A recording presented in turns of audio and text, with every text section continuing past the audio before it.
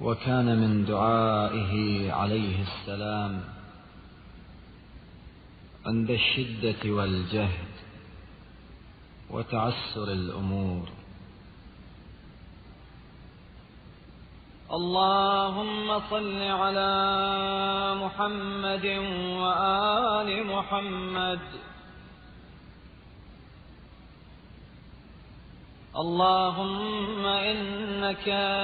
كلفتني من نفسي ما أنت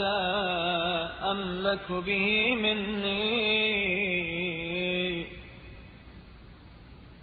وقدرتك علي وعلي أغلب من قدرتي، فأعطني من نفسي ما يرضيك عني، وخذ لنفسك رضاها من نفسي في عافية. اللهم لا طاقة لي بالجهد ولا صبر لي على البلاء،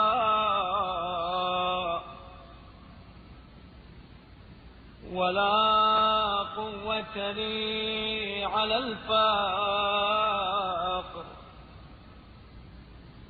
فلا تحضر علي رزقي، ولا تكلني إلى خلقك، بل تفرد بحاجتي وتولى كفايتي، وانظر إلي وانظر لي في جميع أموري، فإنك إن وكلتني إلى نفسي عجزت عنها ولم أقم ما فيه مصلحتها، وإن وكلتني إلى خلقك تجهموني،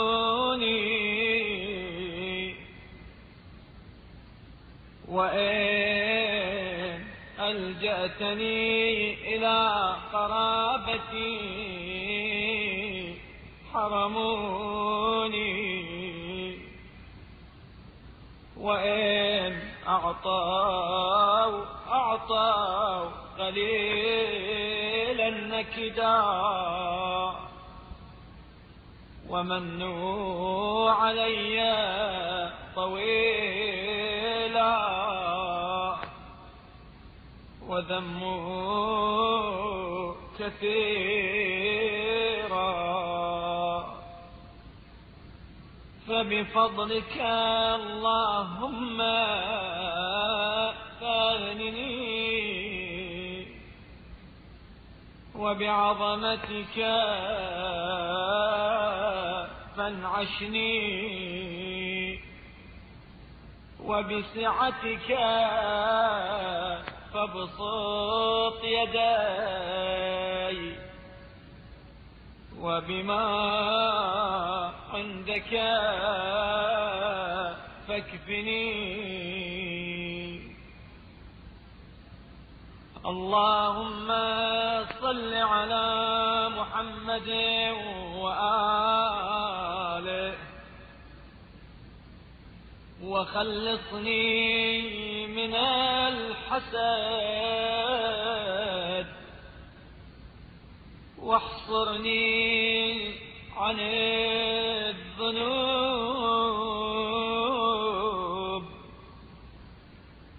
وورعني عن المحارم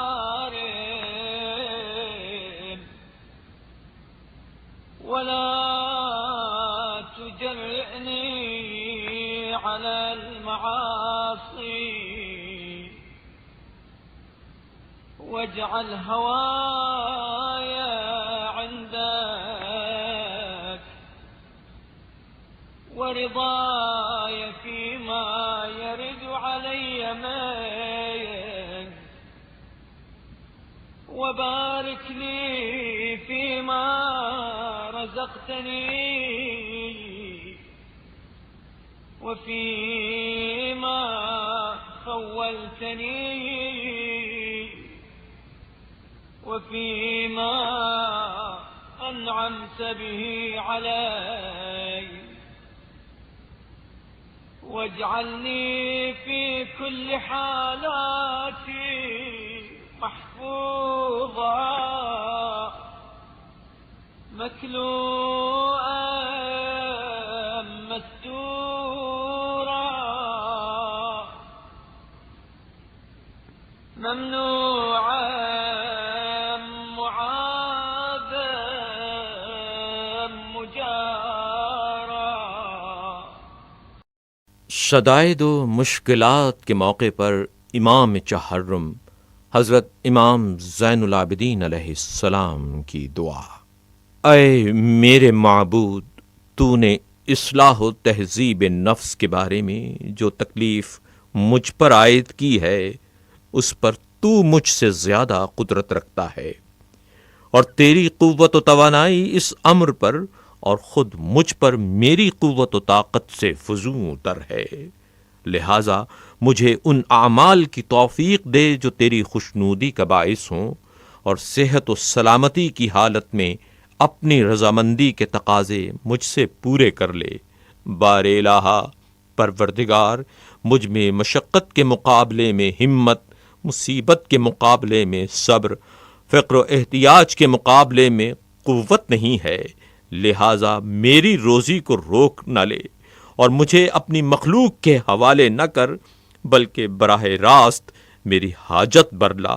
اور خود ہی میرا کارساز بن اور مجھ پر نظر شفقت فرما، اور تمام کاموں کے سلسلے میں پروردگار مجھ پر نظر کرم رکھ، اس لیے کہ اگر تو نے مجھے میرے حال پر چھوڑ دیا تو میں اپنے امور کی انجام دہی سے عاجز رہوں گا، اور جن کاموں میں میری بہبودی ہے انہیں مولا انجام نہ دے سکوں گا. اور اگر تو نے مجھے لوگوں کے حوالے کر دیا تو وہ تیوریوں پر بل ڈال کر مجھے دیکھیں گے، اور اگر عزیزوں کی طرف دھکیل دیا تو وہ مجھے نا امید رکھیں گے، اور اگر کچھ دیں گے تو قلیل و ناخوشگوار، اور اس کے مقابلے میں احسان زیادہ رکھیں گے اور برائی بھی حد سے بڑھ کر کریں گے. لہٰذا اے میرے معبود، اے میرے اللہ، اے رب کریم، تو اپنے فضل و کرم کے ذریعے مجھے بے نیاز کر، اور اپنی بزرگی و عظمت کے وسیلے سے میری احتیاج کو برطرف فرما، اور اپنی تونگری و وسعت سے میرا ہاتھ کشادہ کر دے، اور اپنے ہاں کی نعمتوں کے ذریعے مجھے دوسروں سے بے نیاز بنا دے. اے اللہ،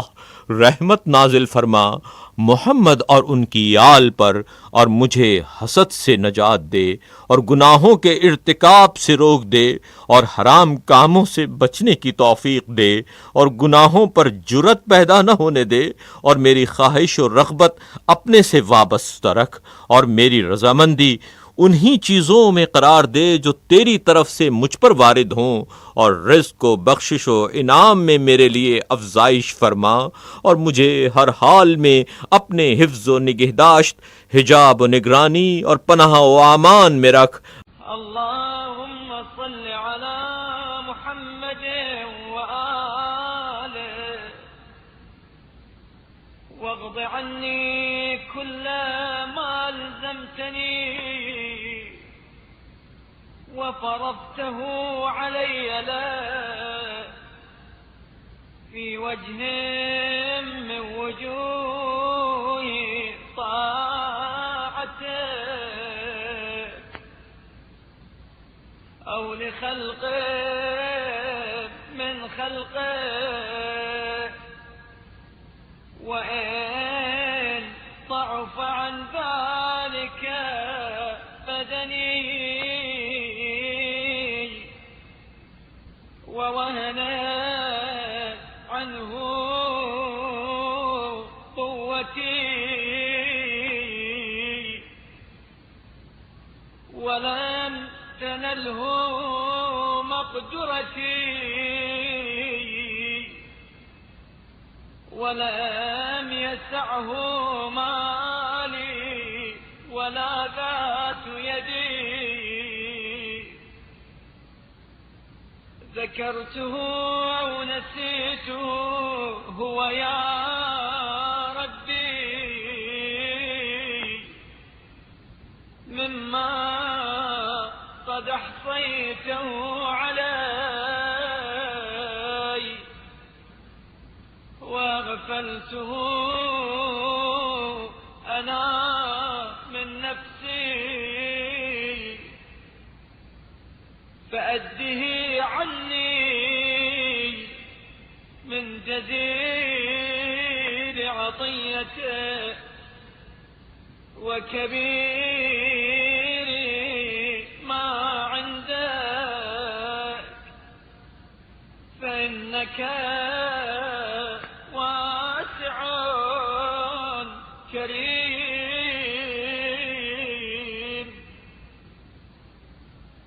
حتى لا يبقى علي شيء منه تريد أن تقاصني بي من حسناتي أو تضاعف بي من سيئاتي يوم ألقاك يا ربي. اللهم صل على محمد وآله وارزقني الرغبة في العمل لك لآخرتي حتى أعرف صدق ذلك من قلبي، وحتى يكون الغالب علي زهدا في دنياي، وحتى أعمل الحسنات شوقا وآمن من السيئات فرقا وخوفا، وهب لي نورا أمشي به في النار وأهتدي به في الظلمات وأستضيء به من الشك والشبهات. اللهم صل على محمد وآله وارزقني خوف غم الوعيد وشوق ثواب الموعود حتى أجد لذة ما أدعوك له وكآبة ما أستجير بك منه. ऐ अल्लाह रहमत नाजिल फरमा मोहम्मद और उनकी आल पर, और मुझे हर किस्म की इताअत के बजा लाने की तौफीक अता फरमा जो तूने अपने लिए या मखलूक़ात में से किसी के लिए मुझ पर लाजिम व वाजिब की हो, अगरचे उसे अंजाम देने की सकत मेरे जिस्म में न हो और मेरी क़ुव्वत उसके मुकाबले में कमज़ोर साबित हो और मेरी मुक़्तदरात से बाहर हो और मेरा माल व असासा इसकी गुंजाइश न रखता हो। वो मुझे याद हो या भूल गया हो, वो तो ऐ मेरे परवरदिगार उन चीज़ों में से है जिन्हें तूने मेरे ज़िम्मे शुमार किया है, और मैं अपनी सहल अंगारी की वजह से उसे बजा न लाया। लिहाजा अपनी वसी बख्शिश और कसीर रहमत के पेश नज़र इस कमी को पूरा कर दे, और इसलिए कि तू तो तवंगरो करीम है ऐ मेरे परवरदिगार। जिस दिन मैं तेरी मुलाकात करूं इसमें कोई ऐसी बात मेरे ज़िम्मे बाकी न रहे कि तू इसके मुकाबले में ये चाहे कि मेरी नेकियों में कमी या मेरी बदियों में इजाफा कर दे। ऐ अल्लाह रहमत नाजिल फरमा मोहम्मद और उनकी आल पर, और आखिरत के पेश नज़र सिर्फ अपने लिए अमल की रग़बत अता कर, यहाँ तक कि मैं अपने दिल में इसकी सेहत का एहसास कर लूँ और दुनिया में ज़ुहद व बेरग़बती का जज्बा मुझ पर गालिब आ जाए, और नेक काम शौक़ से करूँ और खौफ व हिरास की वजह से बुरे कामों से महफूज रहूँ, और मुझे ऐसा नूर इल्म दानिश अता कर कि जिसके परताव में मैं लोगों के दरमियान बेखटके चलूँ फिरूँ और उसके ज़रिए तारीकियों में हिदायत पाऊँ और शुकूक व शुबहात के धुंधलकों में रोशनी हासिल करूँ। اللهم قد تعلم ما يصلحني من أمر دنياي وآخرتي، فكن بحوائجي حفيا.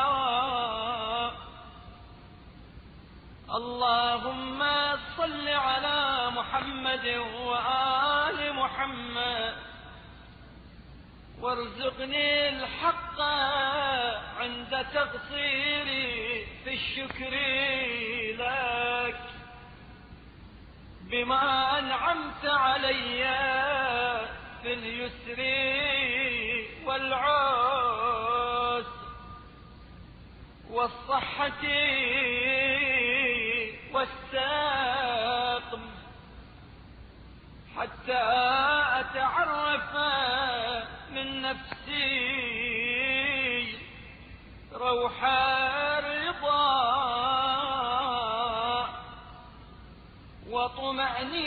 وطمأنينة النفس مني بما يجب لك فيما يحدث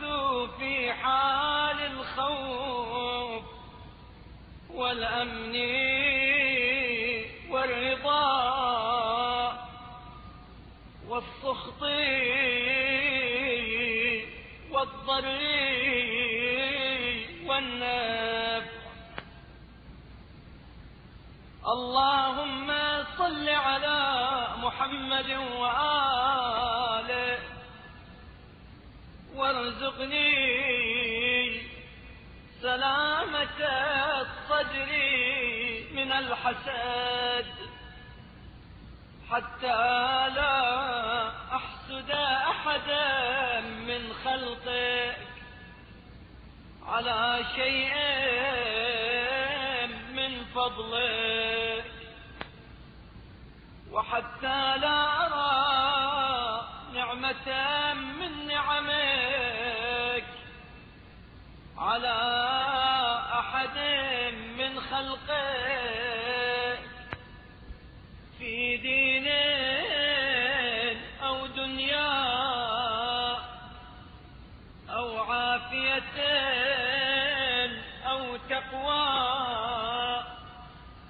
أو سعة أو رخاء، إلا رجوت لنفسي أفضل ذلك بك ومن وحدك لا شريك لك. اللهم صل على محمد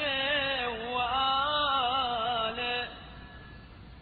وارزقني التحفظ من الخطايا والاحتراس من الزلال في الدنيا والآخرة في حال الرضا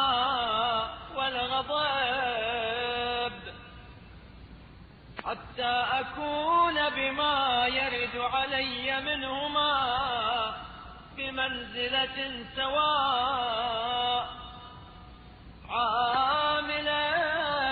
بطاعتك مؤثرا لرضاك على ما سواهما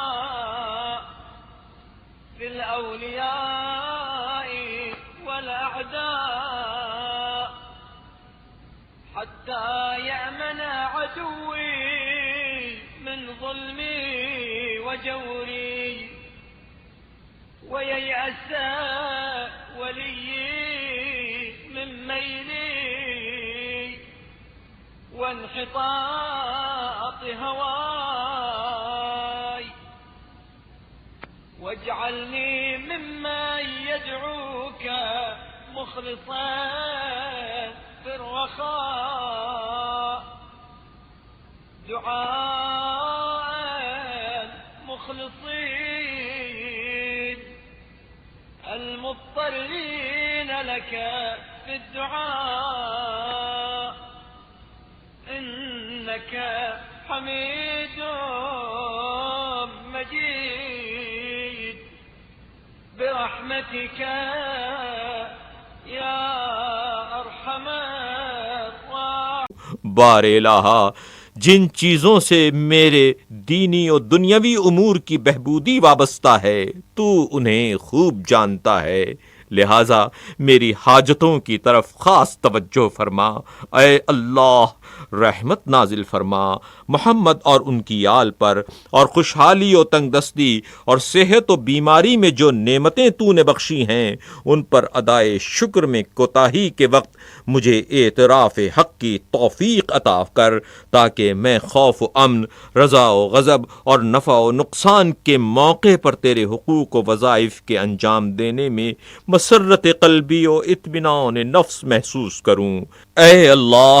محمد اور ان کی آل پر رحمت نازل فرما اور میرے سینے کو حسد سے پاک کر دے، تاکہ میں مخلوقات میں سے کسی ایک پر اس چیز کی وجہ سے جو تو نے اسے اپنے فضل و کرم سے عطا کی ہے حسد نہ کروں، یہاں تک کہ میں تیری نعمتوں میں سے کوئی نعمت، وہ دین سے متعلق ہو یا دنیا سے، عافیت سے متعلق ہو یا تقوی سے، وسعت رزق سے متعلق ہو یا آسائش سے، مخلوقات میں سے کسی ایک کے پاس نہ دیکھوں مگر یہ کہ تیرے وسیلے سے، اور تجھ سے اے خدائے یگانہ و لا شریک اس سے بہتر کی اپنے لیے آرزو کروں۔